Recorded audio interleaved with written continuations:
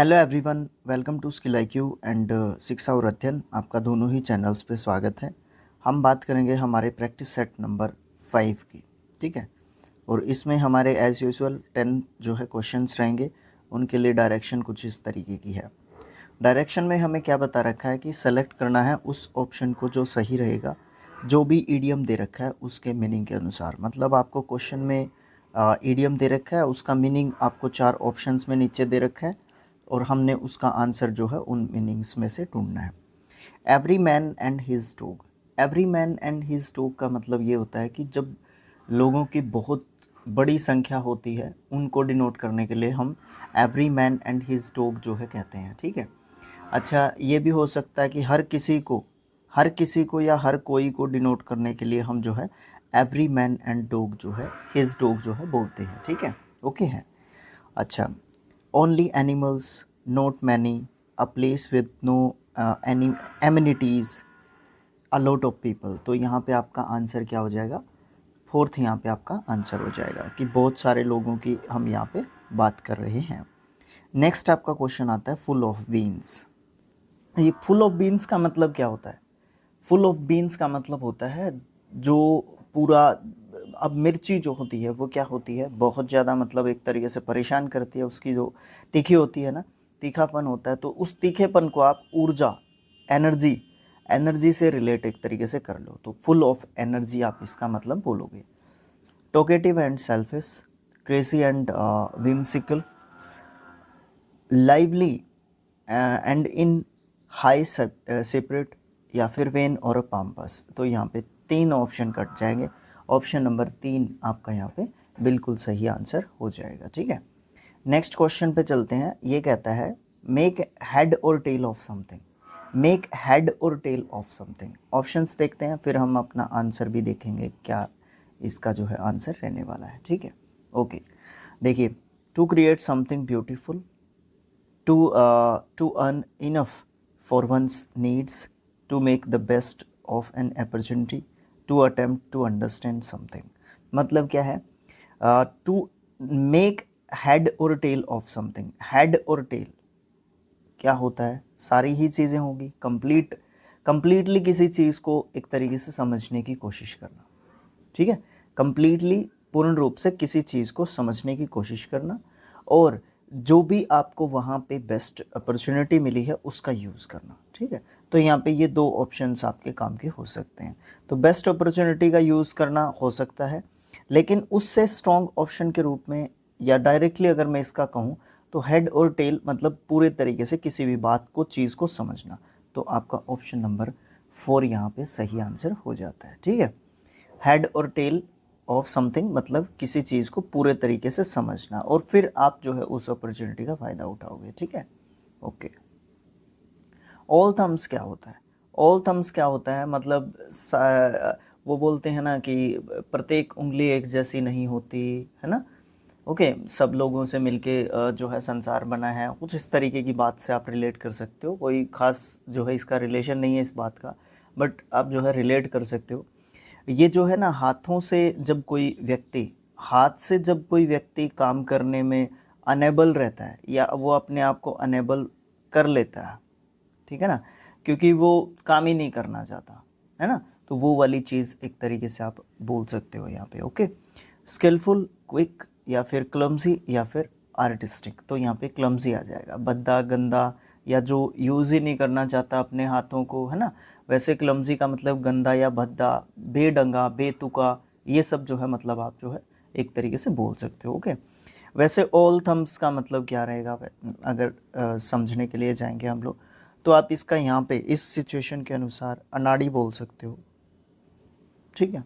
अनाड़ी बोल सकते हो, या फिर आप ये बोल सकते हो कि जो अनाड़ी रहता है खासकर कहाँ से? हाथों से, हैंड्स से अनाड़ी है, मतलब वो काम ही नहीं करना चाहता, अपने हाथों को तो तकलीफ़ ही नहीं देनी उसने। Apple pie order. Apple pie order किसी भी चीज़ को बड़े अच्छे तरीके से अरेंज करना, ठीक है। Completed systematically, prepared deliciously, arranged neatly, या फिर मैनेज टाइमली। अरेंज्ड नीटली आएगा, बिल्कुल अच्छे तरीके से आप उसको अरेंज करते हो। एक ईडियम आता है एट 6 एंड सेवन्स, ये होता है अस्त व्यस्त करना, चीज़ों को अस्त व्यस्त एक तरीके से करना, ठीक है। एट रैंडम, एट रैंडम का मतलब क्या होता है? रैंडमली हम किसी चीज़ को करते हैं, मतलब बिना किसी पूर्व तैयारी के, बिना किसी पूर्व तैयारी के, ठीक है, बिना किसी पूर्व तैयारी के, बिना किसी योजना के, बिना किसी प्लान के एक तरीके से, या फिर आप ये बोल सकते हो बेतरकीबे ढंग से, बेतरकीबे जो है एक तरीके से आप ढंग से बोल सकते हो, ठीक है। Okay, in total confusion at the last moment, in A half hazard manner, या फिर एट अ डिस्टेंस। तो यहाँ पे आपका ऑप्शन नंबर आपका क्या निकल के आता है? ऑप्शन नंबर आपका इन ए हैफ हैजर्ड, एक तरीके से मैनर में काम करना, मतलब आप जो है जल्दबाजी में कर रहे हो, या आप जो है अच्छे तरीके से उस काम को नहीं करने की कोशिश कर रहे, तो इस तरीके का कुछ हम यहाँ पे बोल सकते हैं। बैग ऑफ बोन्स, ये होता है a pot full of ashes of a dead person, या फिर एन इम्प्रैक्टिकल पर्सन, या फिर अ वेरी थिन पर्सन, या फिर bag full of useless things. Oh sorry, सबसे पहले हमें इसका मीनिंग देखना था। बैग ऑफ बोन्स का मतलब क्या होता है? बैग ऑफ बोन्स का मतलब आपका यहाँ पे आपको देखने को मिलता है, बैग ऑफ बोन्स जो है बहुत ज़्यादा पतला व्यक्ति होता है। बैग ऑफ बोन्स यार, हड्डियों का थैला, हड्डियों का थैला, है ना, हड्डियों का थैला आप इसको बोल सकते हो। बैग ऑफ बोन्स, हड्डियों का थैला, इन शॉर्ट बहुत ही पतला, थिन जो है पर्सन को डिनोट करने के लिए बैग ऑफ बोन्स जो है बोलते हैं।